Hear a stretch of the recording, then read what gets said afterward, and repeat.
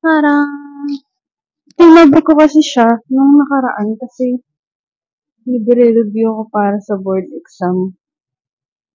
The trauma. So, ito yung art ko before. Hindi siya na ano. Ayan. Ano pa lang na to? Gouache pa lang noon.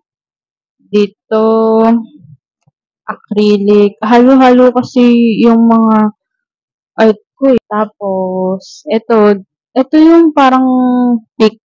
Pick? Pick ba yun? Kasi alam ko ang una ko atang pinaint is yung Stranger Things. Hello, nakalimutan ko yung mga pangalan ng character sa Stranger Things pero mahal ko sila. May short-term memory lang talaga ako. Pero pag nakita ko, alam ko, sana ganun sa lahat ng exam.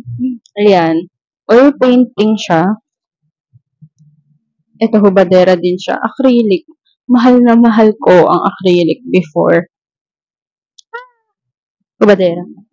Tapos, ito si Marilyn Monroe. Mga ang dami nila at ewan ko bakit ko ba to ginagawa. Gusto ko lang talagang magkaroon ng quick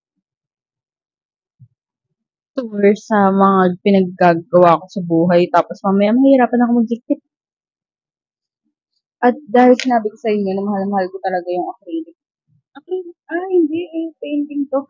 Oil painting to. Oil painting. May mga bagay na di ko pinopost sa TikTok. Minsan kasi ang hirap mag-video, tapos mag-paint, tapos mag-edit. Lahat na ang hirap. Kaya kung gusto mong maging artist, actually, maganda rin kasi na artist ka tapos parang pinapalawak mo yung mga audience mo eh. Ang hirap lang talaga. Pero kung talagang nag-start ka pa lang, I think i-go mo. Kahit ano namang i-post mo sa social media, okay lang yan. Mag-i-improve ka rin naman. So, pinost ko ba to para saan? Para sa'yo. Gusto ko lang talagang i-share yung mga art ko. Pero nakakainis kasi minsan gusto kong i-share yung art ko na simula pa lang mga talagang ang dugyot pa talaga. Ano pa lang ang gamit ko ng watercolor pa lang tapos hindi pa ako talaga magaling. Tapos feel ko mas magaling ako sa pencil lang. Tapos hindi rin pala talaga. Ngayon na medyo nag-improve na ako. Tapos looking back doon sa mga art na yun, ang dumi niya. Ang dumi niya tignan. Hindi katulad sa mga charcoal artist na talagang ang ganda, ang smooth ng mga ginagawa nila. Ako, siguro hindi ko alam kung talagang para doon ako or aaralin ko siya. Kasi gusto ko ng mga kulay. Gusto ko ng magagandang mga kulay. Pink, blue. Minsan nga, binibigay ko lang yun talaga sa art ko kahit sobrang random niya. Kahit hindi siya para doon. Quick take lang. Hindi ako mahilig sa mga art na super realism pero sobrang na-amaze ako sa mga tao na gano'n. At natutuwa rin naman ako na maraming nakaka-appreciate sa kanila. Pero ako gusto ko talaga yung mga art na sobrang mukha talaga siyang painting. Kasi sa tingin ko nawawala yung Hindi naman sa pang-aatake sa mga realism. Magaling kayo. Sobrang galing niya talaga. And I am so proud of you people. Pero for me, syempre iba-iba naman talaga tayo ng mga preference. For me, gusto ko talaga yung art na mukha talaga siyang painting. Tapos, pag tinitigan mo siya, ay, painting to, pero ang ganda, ganon. Parang yung favorite ko, si Sargent. Sargent, nakalimutan ko yung first name niya. Nakakainis, short-term memory, nakakabwisit. Pero si Sargent, sobrang ganda ng painting niya. Tsaka si Monet, impressionism. Mga impressionism yun ang mga gusto ko. Yung mga, mukha talaga siyang yun na parang realism. Pero, ma-assess mo siya sa mga colors niya. Ay, ang ganda. Ang sarap sa feeling. Wait lang. Hanapin ko pa yung mga bagay na gusto ko. Art. Ganda. Minsan kasi kapag tapos ko ng mag-paint, napapangitan ako sa kanila. Tapos kapag nakikita ko sila ulit, ang galing ko, kumagayaran yun, ang galing ko. At least may something na napaproud ka. As an artist, yung mga bagay talaga na ikakatuwa mo pagtapos na. Kasi pag nasa process ka pa lang ng pagpe-paint, parang nabibwisit ka, nainis ka, hindi naman to yung gusto mong mangyari, pero ito yung nangyari. Rant lang talaga to, pang pagrarant lang sa mga bagay na pinaggagawa ko sa buhay. Ito yung mga favorite ko.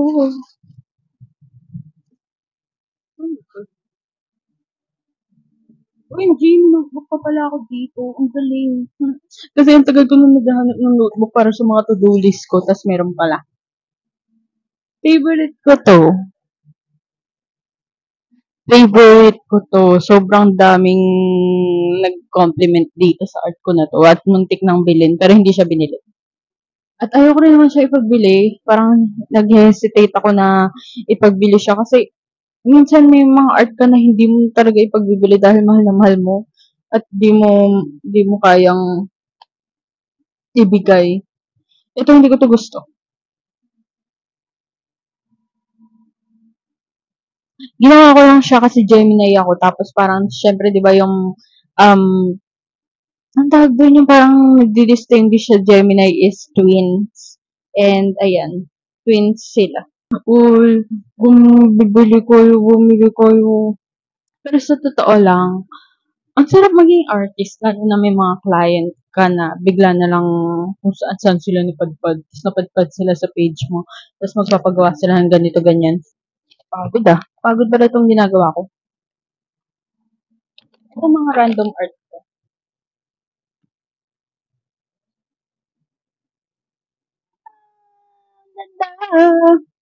Talagang pag nakakagawa ako ng art na ang medium ko is watercolor, sobrang amazed ako sa sarili ko kasi weakness ko yon. Hindi ako magaling sa watercolor kasi naiinis ako, hindi ko siya makontrol ng maayos. Like, paano ko tutubigan to, gano'n. Yung mga basic lang siguro, alam ko, pero yung talagang sasabihin mong master ako sa ganun. I hope that I can be a master in the future. Sana makita ng mga kabataan mga din. Ito, pastel. Jowa ko yan. At hindi ko masyadong gusto yung pagkakagawa sa kanya. Pero parang nagagandahan sila. Yung mga nakakakita. Kasi yung sketchpad ko, dinadala ko siya for cloud chasing. Dinadala ko siya para lang ipakita sa mga taong nakikita ko. Mga close friends ko. Nahilig din ako sa mga landscape, si Ghibli. Ito, jowa ko na naman. Alam niyo, magjowa talaga kayo ng artist. Ako, hindi na akong jowain dahil magjowa na ako. Magjowa talaga kayo ng mga artist kasi mabubuhay kayo sa art habang buhay na yung mukha nyo na nakapaint sa mga sketchbook nila. Hindi madidelete. Char, ginagawa ko yun. Nagtatapon lang ako. Nung sobrang frustrated era ko as an artist, tinatapon ko iba. Ito color pencil. Tignan nyo, tignan mo pagka ako, yung parang hindi naman ako naghahanap ng reference. Parang ito yung kayang gawin ng utak ko. Puro mata at puro parang good looking ng mga babae. Puro babae talaga yung pinipaint ko. Kasi ang hilig ko sa magaganda. Sobrang, pag nakakita ko ng maganda, tapos maganda yung naging post mo, tapos naging maganda ka sa mata ko talaga, as in, gusto ko ito. Hindi ko alam kung bisexual ako, pero yun talaga. Sobrang gusto ko nakakita ng mga magaganda. Kaso nahihiya ako minsan kapag tumitingin ako kasi Scorpio rising ako. At ang initial na nakikita sa akin is parang mataray, ganun. Siguro ang iniisip nila na inggit ako sa kanila. Pero naman, minsan nainggit talaga ako sa kanila kasi ang ganda talaga nila. Sino ba naman hindi gusto maging maganda, di ba? Tapos, ayun, ang ganda talaga. Gusto ko sila i-paint. Kasi, ang creepy naman, bigla ka magtatanong, out of nowhere, uy, gusto ko itong i-paint. Ang dami ko nakikita sa My Day ng mga friends ko na hindi ko naman close, pero friend ko sila sa Facebook. Ang ganda ng mga, ano niyo, kasi ang creepy ko naman ko, pwede ba kita i-paint out of nowhere? Siguro pag super sikat ko na lang, sasabihin ko sa kanila, uy, gusto ko itong i-paint. As, pwede ka bang mag-muse ka na?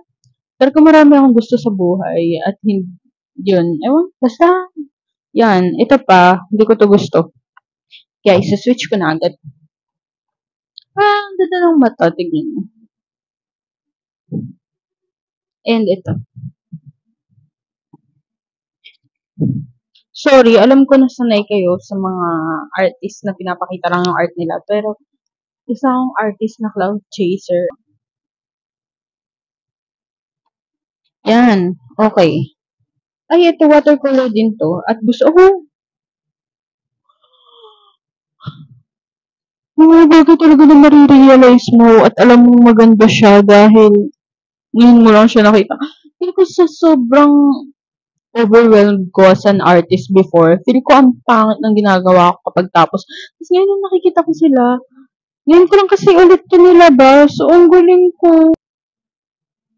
Bibilis ako na lang dahil aalis talaga ako. Ano, daming ebas. Ayan.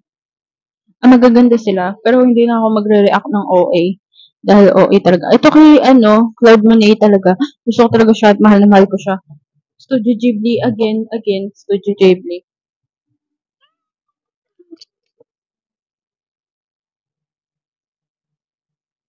Hoy, mataas yan. Over what? Hindi ko alam. Pero tignan nyo, pag nagsasagot ako, may paint din sa likod. Exam to. Tapos ayan, si Krista, si Laika, si Mariela, mga friends ko sila nung college. Mahal ko kayo. Ito na, bibilisan ko, promise.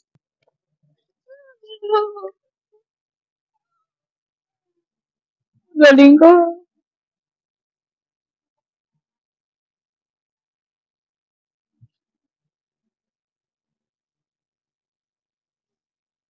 Alam nyo guys, alam ko naman na ang inspiration natin as an artist is ipakita ko yung mga art ko na hindi pa maganda, las biglang maganda. Pero, sorry, hindi ako yun. Hindi ko yun gagawin.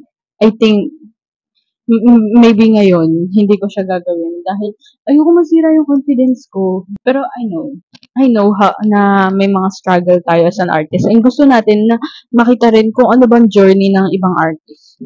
Pero sorry, hindi ako yung magpapakita ng mga stickman ko. Dahil hindi ko rin alam kung saan sila nakalagay.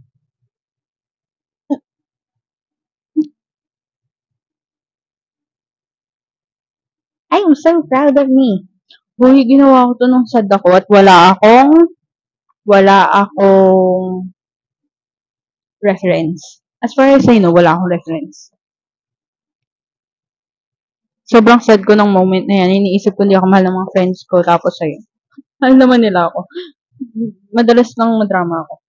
Ewan ko kung mahal nila ako. Mahal niyo ba ako? I love myself. I love myself. I love you. Uy, ito yung, totoo to.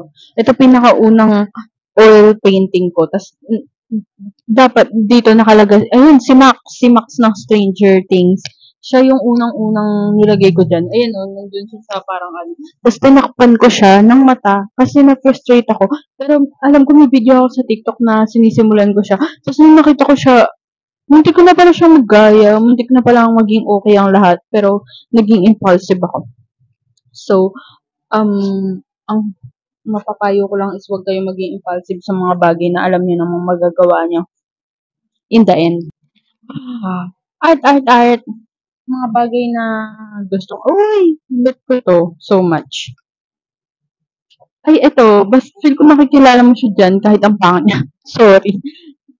Yan. G, ang galing ko pala dito. Si ano yan? Sorry, nahiya ako kasi ano siya, pinsan siya ng boyfriend ko. Tapos, ako kasi sobrang mapagbigay ko. Parang kakakilala pa lang natin, gusto na kitang i-paint. Tapos, feel ko yun lang yung kaya kong ibigay para sa'yo. Tapos, feel ko, yun na part ng sarili ko, kaya ibibigay ko siya sa'yo. Pero hindi ko siya nabigay kasi akala ko hindi niya kamukha. Pero ngayon na tinitignan ko, kamukha niya pala. Uy, talagang ang galing ko kapag gumagawa ako oh my God!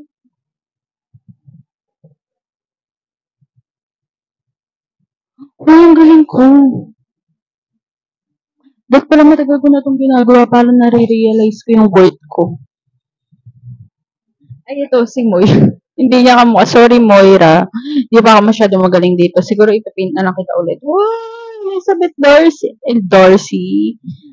Elizabeth Bennet. At Elizabeth Darcy na siya dahil nagpakasal din naman sila sa ulit. Ay, ang cute niya. Ano, plong-plong. Ano yan? Pamangkin ko. OMG, ang dami kong art. Yan. Oh, lo. Gogi. Ang dami ko pa talaga art. Si Char. Ang cute mo, Char. Mahal kita. Bibilisan ko na dahil talagang alis na ako. Si Queen Nadine. Si Queen Nadine ulit.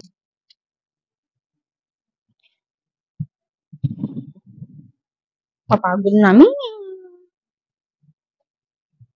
Uy, ang gundo. Uy, ko ito yung mga bagay, ito yung mga pagkakataon na medyo gumagaling ako sa watercolor. Ang cute.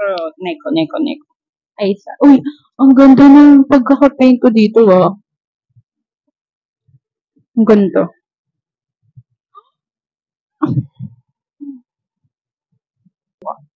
Uy, ang galing ko dyan. Uy, ang galing ko dito.